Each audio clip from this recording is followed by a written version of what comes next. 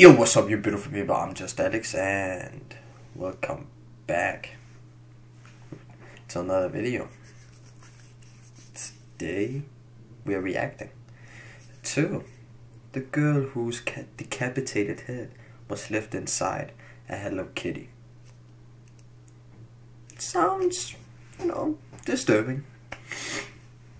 So yeah, I thought, why the fuck not react to it? And yeah, don't mind this thing. If you didn't know, it's a green screen. It's not working, as you can see.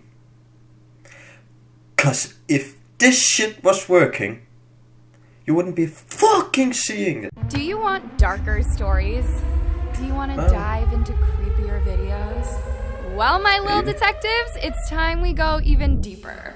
This is Anna Uncovered. Check out the link below to find out more. Now, if you are a fan of Hello Kitty merchandise, this case will leave you completely traumatized, and you'll not look at those adorable little kitties in the same way ever again. This is the horrifying story of the girl whose decapitated head was left inside a Hello Kitty doll. But how did she get there? Let's find out. That's kind of sick. The case started in May 1999 when a distressed 14-year-old girl, only referred to as Ah Fong, walked into the police station in Hong Kong and told the cops that she was being haunted by a ghost of a dead woman. The woman she saw was bound with electrical wires and had blood all over her body. At first, the police did not believe her and thought that she was on some illegal... Oh, really? They didn't believe her. If you came to the police station saying, I saw a ghost, she's haunting me, they would probably shoot your ass. The fuck? What do you mean? A ghost? But get the fuck on somewhere. Legal substances, especially since she had a history of being involved with some shady people. But then, the girl told them that she was actually involved in the murder and that she knew where the body was hidden. Wait. She's fucking 14. Explained that the ghost had been haunting her for weeks and it would not stop until she confessed. Still skeptical, the police followed Ah Fong to an apartment building in the Kowloon area, Hong Kong, and what they found would haunt them for a very long time. It did not look like your usual crime scene. The apartment was full of Hello Kitty memorabilia, from curtains to towels, to sheets, and silverware. There were also several Hello Kitty stuffed dolls all over the house, but one doll in particular really stood out. It was an oversized Hello Kitty mermaid doll, and inside it was something so terrifying that it would shake the entire nation and make this one of the most heinous crimes in Hong Kong's history. The police were completely horrified and could not believe that such brutality could be performed by another human being. In fact, one of the investigators would later... People are insane. Like, yeah, they're insane. They thought, fuck it, and cut her head off and stuff it in a Hello Kitty doll thing. Yeah, I don't know what the fuck you call it, but you get the idea. Say that he'd never seen such a cruel case in his 21 years. You really hitting me with an ad? What the f? The victim in this case was a woman by the name of Fan Man Yi. From an early age, Fan's life had been full of misery that started when her parents walked out on her as a baby. She grew up in great start. A girls' orphanage where, as you know, is not a very nice place for any child. At the age of 16, the orphanage felt that Fan was old enough to fend for herself, and so they just kicked her out. And with nowhere else to go and no real skills to help her get a decent job, Fan found herself out in the streets, doing whatever she could to survive.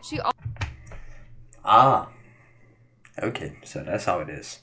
Just gonna kick me out? Don't give a fuck about me? I would not have been kicked out.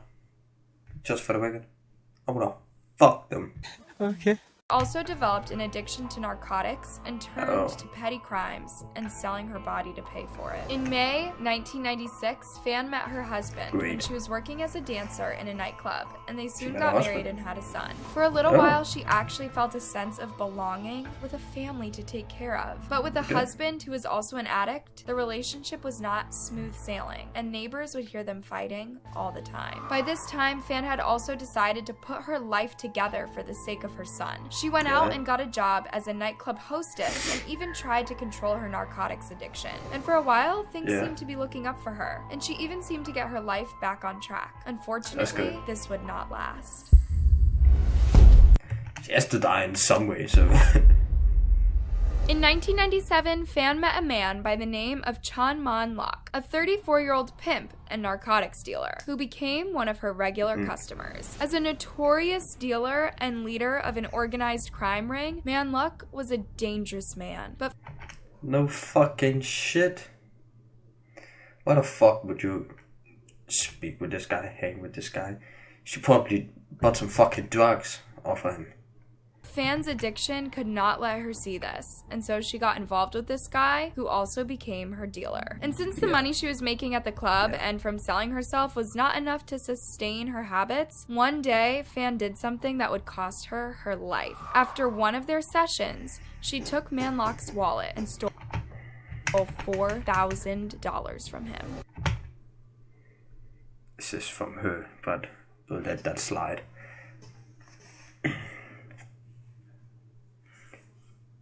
You're just an idiot.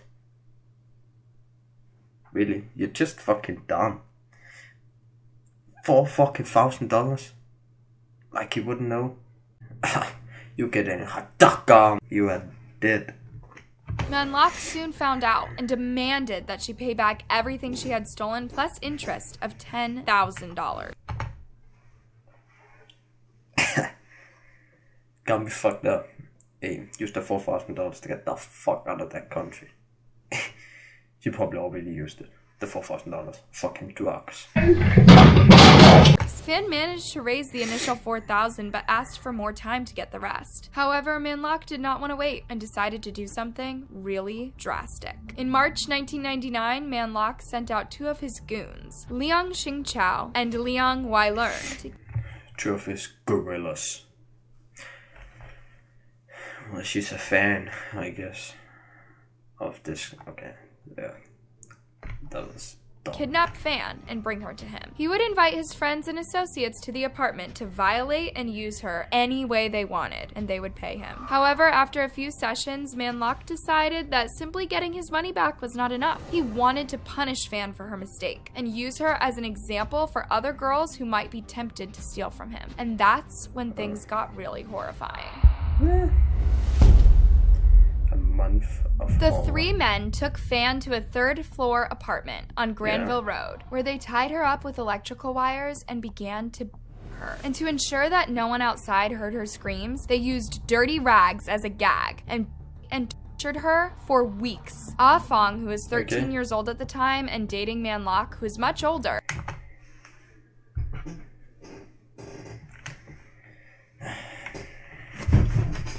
Seriously, what the fuck are you doing? would visit the men and even take part in torturing Fan. One time she found Man Lok hitting Fan in the head multiple times and she actually joined in. She would later tell the police that she thought it was for fun. How messed up is that? Seriously. Every day, these monsters would come up with new ways to torture and abuse Fan, including burning her flesh with plastic and candle wax. And when they were not torturing her, they would all hang out in a separate room playing video games, as if there wasn't a dying woman in the next room. These went on for a whole month as Fan became weaker from all the torture that she was going through. It got to a point that she wouldn't stand or move or do anything because she was too weak. And they'd also burned the bottom of her feet. I think at this point, her body had become numb from all of the torture. Speaking of fucking torture, we're getting hit And with she no another longer ad. felt any pain. Som 17-årig lukkede jeg min første kunde på en The The men decided that she was not fun anymore since she was not reacting to the beatings as much. And one of them suggested that they tie her and leave her suspended in the air and use her as a human punching bag. So they tied up her wrists with electric cords and tied up the other end to the ceiling fan, and they would leave her there for hours, sometimes even overnight. Guys, I won't even go into some of the details about some of the things that these men did to her because they are just despicable. On April 15th, 1999, the group decided to go out for dinner and left Fan Man-yi locked up alone in the bathroom. When they came back several hours later, they found Fan had already died and her body had even started oozing. And guys, you would think that finally they would leave her alone, but they didn't. In fact, what they did next was really sick and twisted and has continued to shock a lot of people to this day. So to cover up their crime, they put her inside a bathtub and cut her into pieces using a saw. And then get this, they boiled the pieces. How sick is that? And it gets even sicker.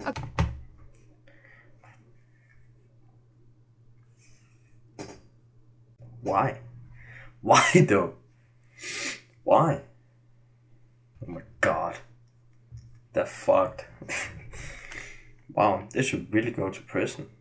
Actually. They should actually go. You know what? Not even prison. They should fucking be put under the prison. What the fuck? According to some sources, the men actually used the same kitchen utensils to cook their dinner. They would even use the same stirring spoon on both their dinner and the dead body parts. Once they were done boiling the remains, they threw them away with household garbage, but left the half-cooked head.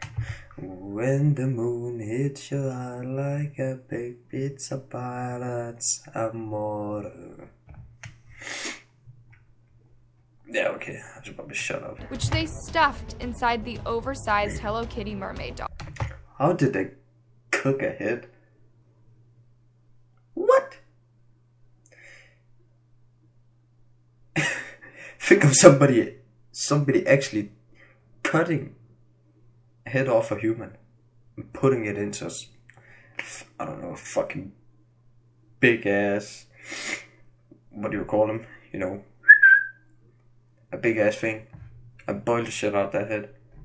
That's fucked up. And so did it. I don't know about you guys, but that's really messed up. But it gets worse. Nah, I've seen worse. Like Locke reportedly ordered his men to feed some of the remaining parts to the dogs, and the internal organs were put in plastic bags and stored in the fridge. What? The police found all these things in the apartment, and the three men were soon arrested and taken into custody. During their trial, Ah Fong testified against them, giving all the gory details of what took place in that apartment. However, the men denied killing Fan Man-yi, though they admitted to preventing the young mother from receiving a decent burial. They also pointed fingers at each other for torturing Fan while minimizing their own roles in the horrific abuse. The defense also tried to convince the jury that Fan may have died as a result of meth overdose, and that they just chopped up her body because they were afraid of getting incriminated for her death. However, Fan's husband testified that she had stopped using meth when she got pregnant with her son. Unfortunately, due to the state of Fan's remaining body parts, the police and medical examiners could not determine what actually killed her. Although there was no doubt that she had been tortured, they could not tell if that's what really caused her death. And because of this, the jury refused to convict the men of first-degree murder, saying that there was no evidence to prove that the men intended to kill Fan. Instead, the men found guilty of a lesser crime of manslaughter and were sentenced to life in prison with the possibility of parole in 20 years. And guys, that was in 2000, so the men could actually be released any time now if they're granted parole. While giving the sentence, the judge said he had never seen such a cruel and heinous case. Never in Hong Kong in recent years has a court heard of such cruelty, depravity, callousness, brutality, violence, and viciousness perpetrated by a human being on another human being. A court-appointed psychiatrist found that all three men suffered from psychosocial behavior disorders, which meant that they had no emotions and were actually unremorseful about what they had done. As for the girl, Ah Fong, she was set free without any charges because she had brought so much evidence that the police would not have gotten without her. But the story does not end there. In the months following this harrowing murder, several strange things started happening around the building where this took place. In one case, a woman who had not heard about the murder rented a flat on the 4th floor of the building with one of her friends. Then she and her friends started experiencing some pretty weird things, such as feeling some ghostly touch while sleeping and hearing women crying at night in the next apartment, which was actually vacant. Some other residents also reported seeing a female ghost while they were on the stairs of the building. And the staff of the hair salon, which was on the first and second floor of the building, reported finding Hello Kitty dolls in the morning after they locked up. When they looked at the CCTV footage, they found that after the owner of the salon locked up one night, there was a shadow behind him while he was walking. Because of such stories, no one wanted to live in that building, and they all eventually moved out. And for years, the building remained empty until it was demolished in 2012. Now, if you think this case is scary, you've seen nothing yet. Yeah, I don't really want to see that.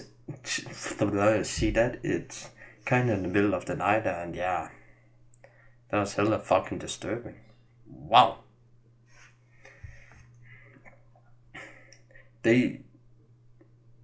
What? They could be out. They would have been out in 2020. Maybe. But they should be taken out onto the